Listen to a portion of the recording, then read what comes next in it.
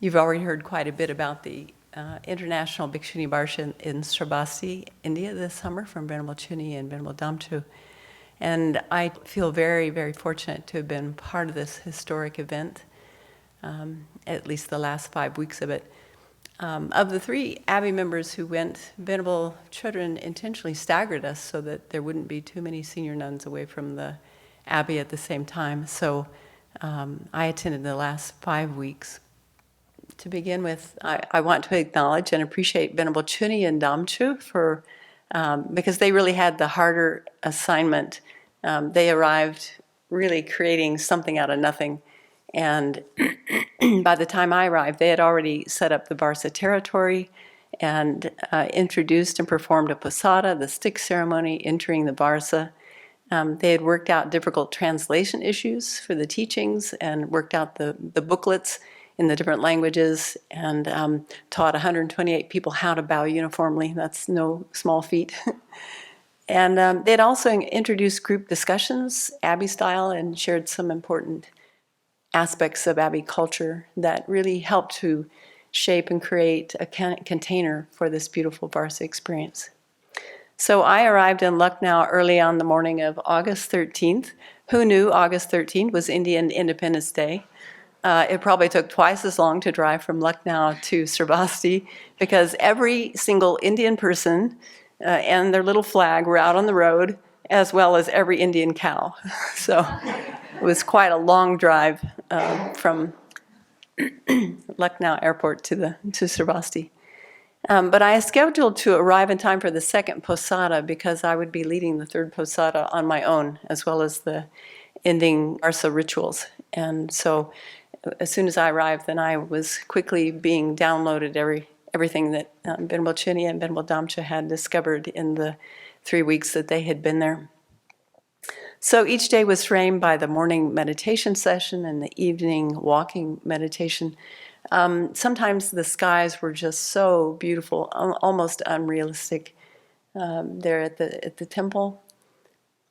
And the walking meditation at night started out with daylight, and then by the end of the Varsa we were walking in the dark. In the few days after I arrived, Master Gaoguang was giving a few talks. The first talk she gave was on the meaning of posada, and really talking about how posada is to purify our body, speech, and mind, and the importance of integrity and consideration for others, much like Venerable Chudran teaches us. She also taught on adapting the Vinaya to contemporary times and the precepts and the cultivation of stabilizing meditation.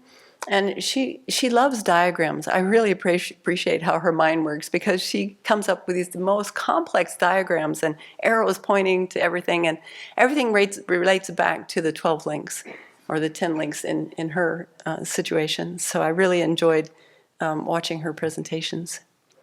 And she also talked about the Bhikshuni precepts and the 8 Guru Dharmas, which she says only apply to Maha Prajapati, that was her ordination.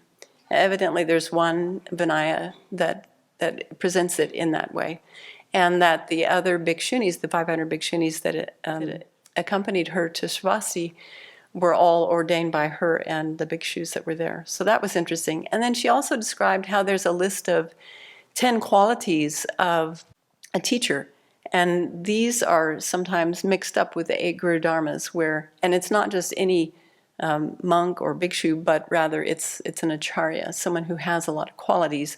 And then not only nuns, but monks too are encouraged to have this kind of respect for those teachers. So sometimes those lists are conflated. This is Venerable Damchu giving a beautiful talk on the spread of the nuns' lineage. And then one of the Geshemas gave a talk on the 36 novice vows. I really appreciated these Dromaling nuns, and there were 2 Geshemas and 3 older nuns. They were so humble. You know, most of them had been ordained 40 years, and they so quietly, so happily sat in the back behind all these new bhikshunis. So that was such a teaching in and of itself, and they were happy to be there.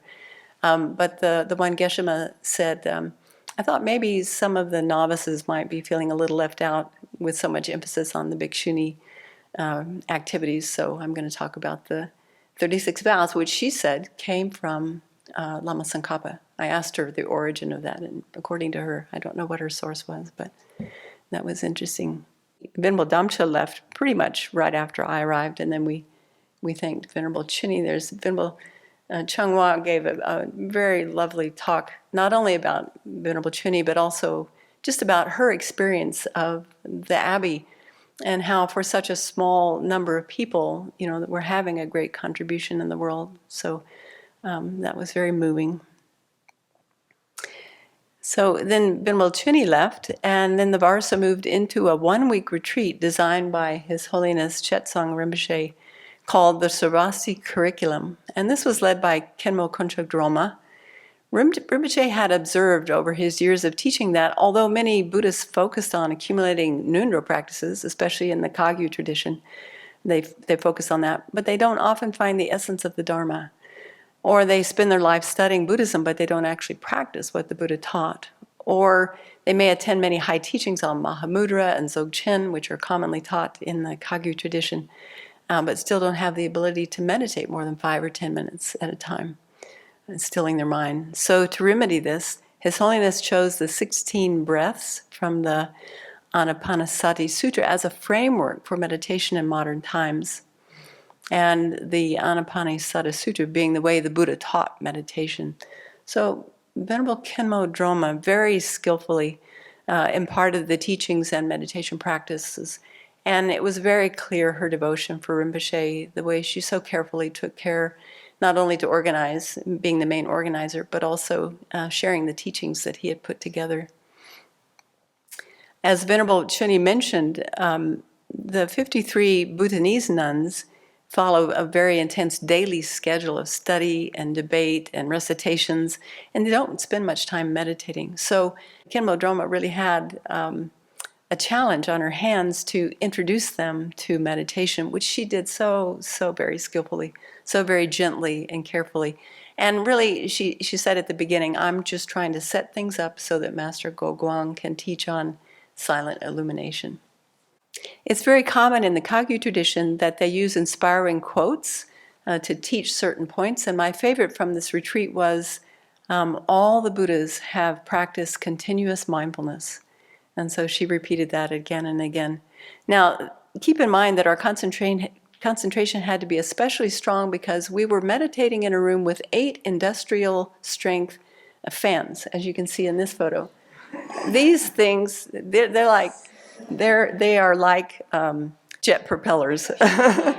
So, and at first they were focused on all the nuns. Master Goguang finally convinced people that it would be better to point these things to the wall so that we would get indirect cooling. It would be better for our qi. It was a struggle the first few days. The fans kept turning on their own, facing people, but eventually they did face the wall. One unexpected surprise during this first week of retreat was learning various yogic practices, various yogic exercises from the 6 yogas of Naropa and Tai Chi, and Rinpoche's personal morning practices of preparing his mind for meditation to cleanse the channels and clarify our minds. So we were introduced to these from short video clips of Rinpoche. He would show the practice, and then we would get into small language groups and we would do these practices so that there would be minimal translation. But I found these to be quite amazing practices that really had an impact on the mind. Here we are doing some Tai Chi. And these became an integral part of our morning meditation. So before we would sit and do the breathing meditation, we would spend 20 minutes going through this set of exercises that Rinpoche had advised to steer our mind. So for 7 days, the temple grew more and more still as the community listened to teachings and meditated on the 16 breaths, Drikung Kagyu style. It's a little looser, I would say, than the meditations that we did in the winter retreat last year. Then we had 1 day of rest, and we began a second 1-week retreat with Venerable Goguang on silent illumination. This is a shamatha vipassana practice found in Chan Buddhism. Oh, I just wanted to show you these are the Kung Fu Druk Amitabha nuns, and so they came with these nice outfits that they could use for doing the exercises. The rest of us just sweated in our shamtabs and zins, but they had these nice outfits for doing Kung Fu, and they were such a beautiful group of nuns, I tell you.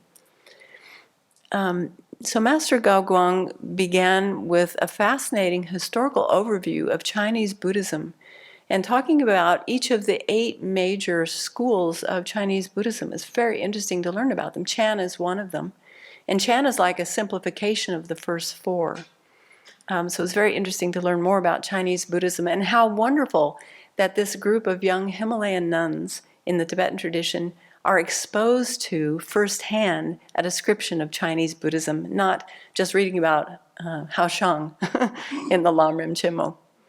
So that's very important. So after that, she very methodically taught us how to regulate our body, speech, and mind for meditation. And I think that was so helpful for most of these young nuns who hadn't done much meditation. So she spent 2 hours just talking about the posture, going through all the different parts of the posture, the purpose of noble silence, which is a challenge in that group, and then shamatha instruction. And I think the younger nuns really appreciated her very clear, very precise explanations. And then after 4 days of building up concentrations, when our minds were a little more suitable for shifting to thinking about emptiness, then she introduced the silent illumination, which is from the Agama Sutra. Silent in this situation means stilling the mind, and illumination means contemplation. So it's a method of combining shamatha and vipassana. And I find this a little bit challenging because we were using the same words that all the traditions use, but the words were being used very differently, different contexts. And it was a little frustrating because we didn't really have time to have discussion or Q&A right then and there. She did some interviews with people, but by that time I had so many questions that I just thought, just do your best to try to do what she was describing. I think Master Gaoguang's impeccable comportment and subdued manner was really the greatest teaching that she gave this group. She kind of hovered above the ground, and when she ate, we ate in silence, and just impeccable, and very inspiring in that way. She also taught on the 10 ox herding pictures. And she also taught us how to do Chinese massage at the end of typically they do the massage at the end of a long day of meditation. But I found it so nurturing to go through the entire body. I mean, it's like a full massage, but there was a sweetness about doing it for yourself that, now I understand why Venerable Pende takes time to do massage. So when she's here, maybe she could introduce us to that. Now, in this week of retreat, the temperatures and humidity were extremely high. And in the Dharma drum tradition, they culminate retreats with a short ceremony to pay tribute to the Dharma patriarchs. For example, Master Xinyan taught that when you drink a cup of water, if you really appreciate with gratitude where the water came from and all the people involved in bringing the water, you will never go without water. And so the same idea is with teachers. If we really appreciate our teachers and all the causes and conditions that brought us to a certain situation, then we'll never be without teachers. So in a similar vein, Master Gaoguang led us in prostrating in gratitude to Shakyamuni Buddha, Mahaprajapati, Sariputta, Mahakashyapa, Upali, Ananda, all the great arhats, the lineage of masters in India and China, Master Bodhidharma, and all the Chinese patriarchs of the 8 Chinese lineages, His Holiness Chetson Rinpoche, all sentient beings throughout the 10 directions, all monastics of this retreat, all teachers and volunteers of this retreat, etc. And as soon as she started this ceremony, and this was after 8 days of retreat, it was already a cloudy day, but as soon as she started saying those names, the wind picked up. And the Gompa is just open. The meditation hall is just open. So this wind came rushing into the meditation hall, blowing papers all around. Even the plastic chairs were scooted along the marble floors, and vases were knocked over. And then as soon as we finished doing these prostrations, the wind settled, and there was such a beautiful coolness to the day. And it felt, who knows what, it was a coincidence, okay? But it seemed like a real blessing of the Buddha's, just cleaning out everything that needed to be cleaned out and rewarding us with a little bit of cool temperatures. So there's so much more that could be said about, this is impossible to do 5 weeks in 20 minutes. But in our final week together, then more nuns shared about their nunneries. This Geshe-ma from Dromaling talked about the early years of the nunnery and building the nunnery. She didn't share all the details that Alex did when she was here, but it was very inspiring to hear her talk about how the nuns carried bricks on their shoulders and worked hard in the early years to build up Dromaling. And it was very matter of fact. There was no martyrdom about it at all. It was just, this is what we did. Very, very humble. Venerable Changhua talked about the history of Dharma drum from its early days. And that's quite a story in itself. Master Shinyan spent a year living on the streets in New York City. He really wanted to share the Dharma in the West. And that has moved from now, I don't know how many centers they have worldwide, but it's a huge organization. So that was very interesting to learn more about Dharma drum. And this is Master Du Hai, which you'll meet in Bodh Gaya. She's a Vietnamese nun who shared an amazing story about building a temple in Bodh Gaya. And the faith that she had, things were always breaking down or obstacles would arise, and she would just make a little puja. She'd offer some biscuits and some fruit and light a candle, and she'd just make fervent prayers, and then the obstacles would just dissipate. This is fascinating to hear. Also, there was a Samten nun who talked about their study program and how one becomes a Khenmo. So then we moved into the last week or 8-9 days of the retreat. Oh, there's another Drukami. Master Gogong introduced the meaning of Pravarna ceremony and told the story about how Shakyamuni Buddha had asked Shariputra to tell him if he had seen any faults that he had committed. And then Shariputra also asked the Buddha. So that was very inspiring and a good setup for being able to give each other some feedback at the end of the Varsa. I explained more about the logistics of how the Pravarna rituals would go, and then met with individual language groups to make sure that everyone understood. I just didn't want there to be mass chaos coming into the hall to do the confession ceremony, and it went so smoothly. I was quite surprised. We got into discussion groups and had a very fruitful discussion on, thinking about a time when someone gave you feedback about your behavior and it went really well. What were the conditions that made it go well? And think of a time when someone gave you feedback and it didn't go so well, it didn't land so well, and what were those conditions? And then thinking about what is it that each of us can cultivate in ourselves to be a recipient of other people's feedback. And by this time, the nuns were quite used to doing the discussion groups, and I was amazed how they just nailed it. We didn't have much time that morning, but they stood up, 3 groups stood up and just talked about like a synopsis of what their group had come up with. So it was very beautiful to see. Venerable Khenmo Droma invited anyone who wanted to help clean the temple before the Varsa and also to prepare for His Holiness Chetson Rinpoche's arrival to show up after lunch. And I think almost every nun showed up. So we cleaned the temple from top to bottom, and it became a very joyous day and a good excuse to play in the water. So the hoses were out. It was a hot day. The hoses were out. Okay, and then this is Rinpoche's arrival. So on the evening of the 13th of September, His Holiness arrived, and the Druk Amitabha nuns welcomed him with the galings and the longhorns and the drums and escorted him to their room. The fanfare. Samten Ling nuns also had a chance to do their bit with the galings and the longhorns.